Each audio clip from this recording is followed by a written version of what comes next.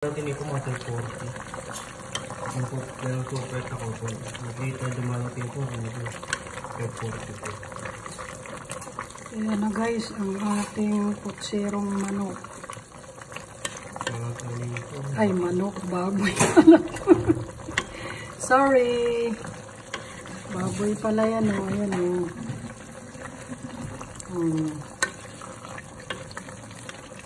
Tao lang. Walang perfect. Ang mahalaga, sinama. Diba guys? Luto na yung ating nasunog na saba.